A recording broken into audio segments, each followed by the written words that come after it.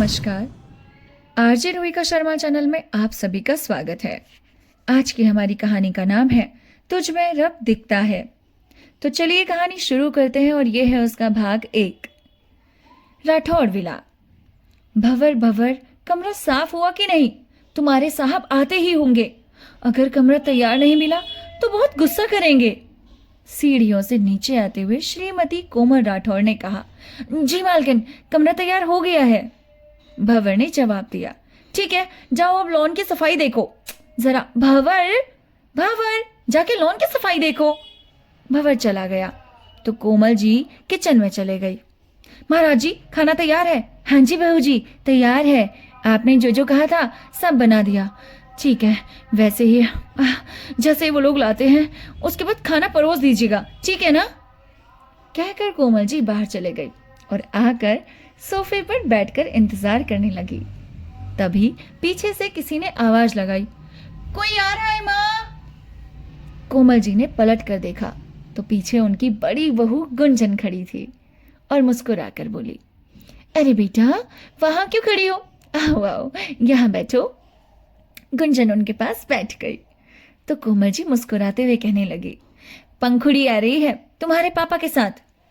पंखुड़ी? ये कौन है माँ?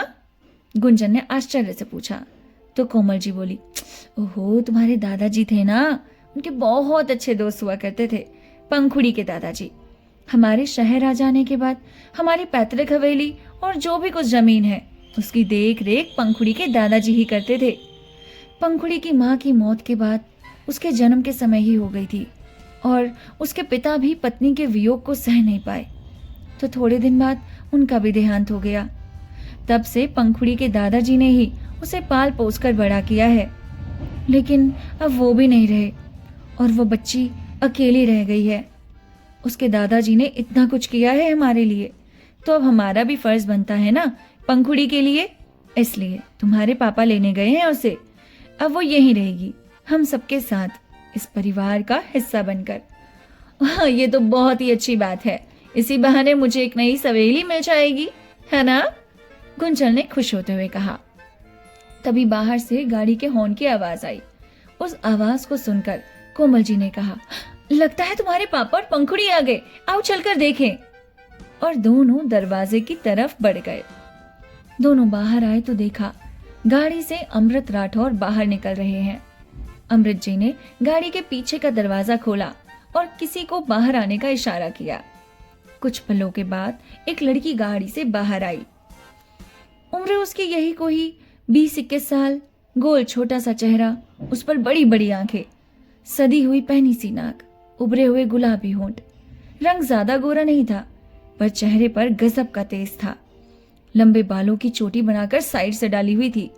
हल्के गुलाबी रंग का सिंपल सा सलवार सूट पहने हुए वो बहुत खूबसूरत नजर आ रही थी। अमृत जी ने कहा, आओ बेटा, आज से इसे अपना ही घर समझो। पंखुड़ी ने हौले से हाँ में गर्दन हिला दी तो अमृत जी उसे लेकर कोमल जी और गुंजन के पास आए और बोले, पंखुड़ी बेटा, ये तुम्हारी आंटी है। पंखुड़ी ने एक नजर कोमल जी को देखा, उनके पैर छूने को हुई तो कोमल जी ने उसे बीच में ही रोकते हुए कहा, नहीं बेटा, बेटियां पैर नहीं छूती, बेटियां तो गले लगा करती हैं।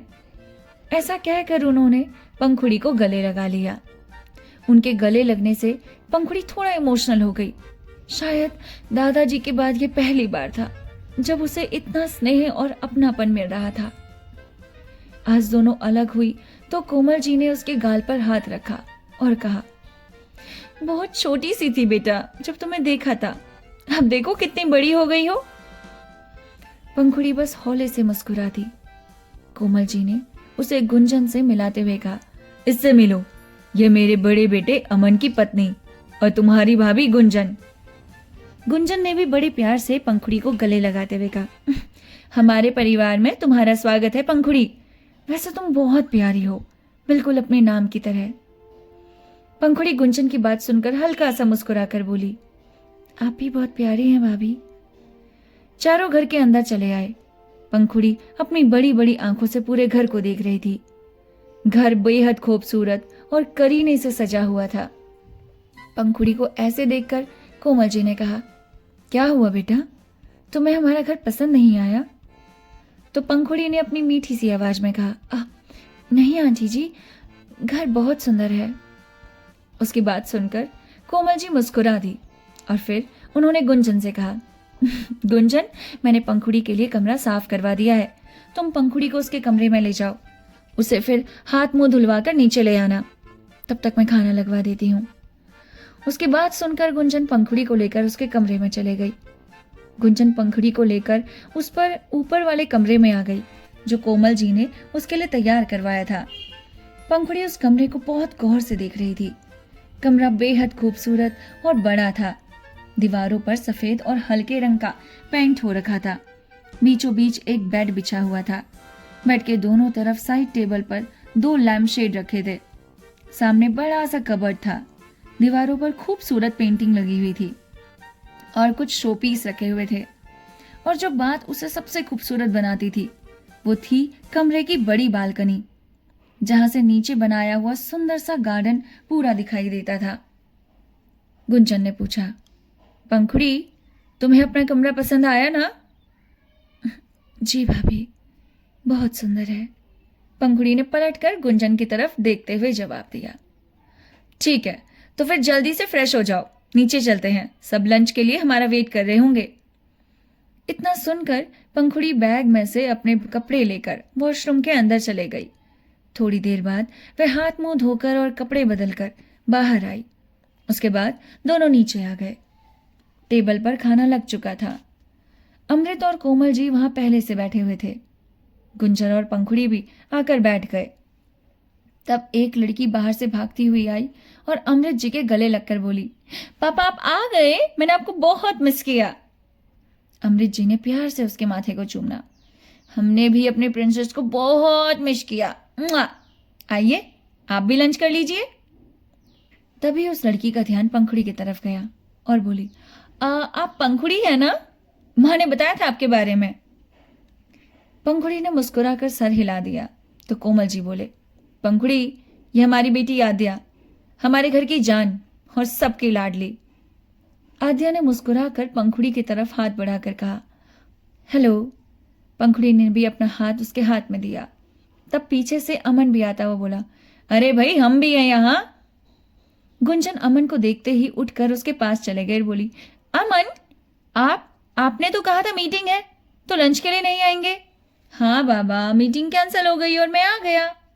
अमन ने मुस्कुरा कर कहा और जाकर अमृत के पैर छू लिए। कैसे हैं डैड? अच्छा हूं बेटा। ऑफिस में सब ठीक है ना? अमृत जी ने बोला। जी पापा, सब ठीक है। लो भाई, शुरू हो गए दोनों बाप बेटे। अमृत, आप बस 4 दिन के लिए गए थे, 4 महीने के लिए नहीं। सब ठीक है आपके बिजनेस में? कोमल ने कहा तो मुस्कुरा दिए। कोमल जी ने अमन से कहा, अमन बेटे, पंखुड़ी से मिलो। उनके कहने पर अमन और पंखुड़ी ने मुस्कुराकर एक दूसरे से अभिवादन किया और सब खाना खाने के लिए अपनी प्लेट में परोसने लगे। अमृत जी ने खाना शुरू करने ही वाले थे कि पहला निवाला मुंह तक जाते ही रुक गए और बोले, कोमल जी, आपके छोटे शहजादे कहाँ हैं? अमृत जी की बात सुनते ही सबके हाथ अपने आप रुक गए। पंखुड़ी को समझ नहीं आ रहा था कि आखिर ऐसा क्या कह दिया अमृत जी ने। वह सब उसकी तरफ देखने लगे। वो तो सुबह निकल गया, आप आने वाले हैं उसे पता नहीं था, वरना वो भी होता इस वक्त। कोमल जी ने हिचकते हुए कहा। किससे झूठ बोल रही हैं कोमल जी? अगर उसे पता होता हम आ रहे हैं तो भी वह नहीं रुकता। उसे हमारी परवाह ही कहाँ है? अमृत जी ने कोमल जी को देखते हुए कहा। आप सब ये क्यों बोल रहे हो? कोमल जी ने पंखुड़ी की तरफ इशारा करते हुए कहा। क्यों ना कहें कोमल जी, और वैसे भी पंखुड़ी भी अब इस परिवार का हिस्सा है। आज नहीं तो कल उसे सब पता चल ही जाएगा। बात बढ़ती देखकर गुंजन ने फौरन कहा, आप सब लोग खाना खाइए, सब ठंडा हो जाएगा, महाराज जी ने इतनी मेहनत से बनाया है। गुंजन की बात सुनकर सबका ध्यान वापस खाने पर चला गया। खाना खाकर सब आराम करने चले गए तो पंखुड़ी भी अपने कमरे में आकर अपना सामान अलमारी में जमाने लगी। लेकिन उसके दिमाग में खाने की टेबल पर हुई सारी बातें घूम रही थी। वह मन ही मन सोच रही थी कि आखिर वह सब किसके बारे में बात कर रहे थे, कौन है वो? वह कुछ देर सब सोचती रही, फिर अपना सर झटक कर अपने काम में लग गई। उसने अपनी अलमारी जमाई और उसके बाद बेड पर जाकर लेट गई और देखते ही देखते उसे नींद आ गई। रात के समय कोमल जी और गुंजन महाराज जी के साथ खाने की तैयारी करवा रही थी, तो पंखुड़ी भी वहां चली आई और बोली, आंटी जी, क्या हम कोई मदद कर दें? कोमल जी मुस्कुरा कर कहा, नहीं बेटा, सब हो गया है, और वैसे भी यहाँ काम करने के लिए बहुत लोग हैं, तुम बस आराम से रहो। लेकिन आंटी, हमें आदत नहीं है खाली बैठने की, पंखुड़ी ने भोलेपन से कहा। तो कोमल जी और गुंजन दोनों मुस्कुरा दिए और कोमल जी बोली, अच्छा बाबा, ठीक है, अभी 1-2 दिन आराम से रहो, फिर जो करने का मन हो कर लेना। किचन में लगभग सब कुछ हो गया, चलो बाहर चलते हैं। गुंजन बेटा, उसे फोन करो और बोलो कि पापा आ गए हैं तो आज रात घर आ जाए, अगर वो नहीं आया तो बहुत मुसीबत हो जाएगी। कहते कहते कोमल जी की आवाज में परेशानी झलक रही थी। गुंजन ने अपने हाथ में उनका हाथ लेकर कहा, माँ, आप परेशान मत होइयो, मैं करती हूँ उन्हें फोन, भैया आज घर आ जाएंगे। कोमल जी ने प्यार से गुंजन के सर पर हाथ फेरा और चली गई। पंखुड़ी भी वहीं पर सब कुछ सुन रही थी। एक बार फिर से उनकी सोच ने दिमाग में दस्तक दे दी थी। रात को सब डिनर टेबल पर थे और हमेशा की तरह एक चेयर खाली थी। कोमल जी कभी उस कुर्सी को देखती तो कभी हॉल के बीचों बीच लगी हुई उस घड़ी को।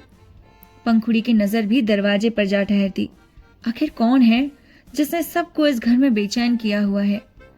सबने डिनर खत्म किया लेकिन कोई नहीं आया। पंखुड़ी भी अपने कमरे में आ गई। दिन में सो गई थी तो रात को नींद नहीं आ रही थी। रात के 12 बज चुके थे। पंखुड़ी कोई किताब पढ़ रही थी। अचानक उसे किसी गाड़ी की आवाज आएगी। पंखुड़ी ने बालकनी का पर्दा हटाकर नीचे झांकना चाहा। तब तक उसे गाड़ी की लाइट बंद हो चुकी थी। कुछ पल बाद पंखुड़ी को गार्डन में कोई साया नजर आया जो अंदर की तरफ घर आ रहा था, लेकिन अंधेरा होने के कारण कुछ साफ दिखाई नहीं दे रहा था। तो पंखुड़ी ने अपने मन ही मन बोला, लगता है वहां कोई है जिनका इंतजार आंटी जी कर रही थी। तब तक वो साया भी घर के अंदर आ गया।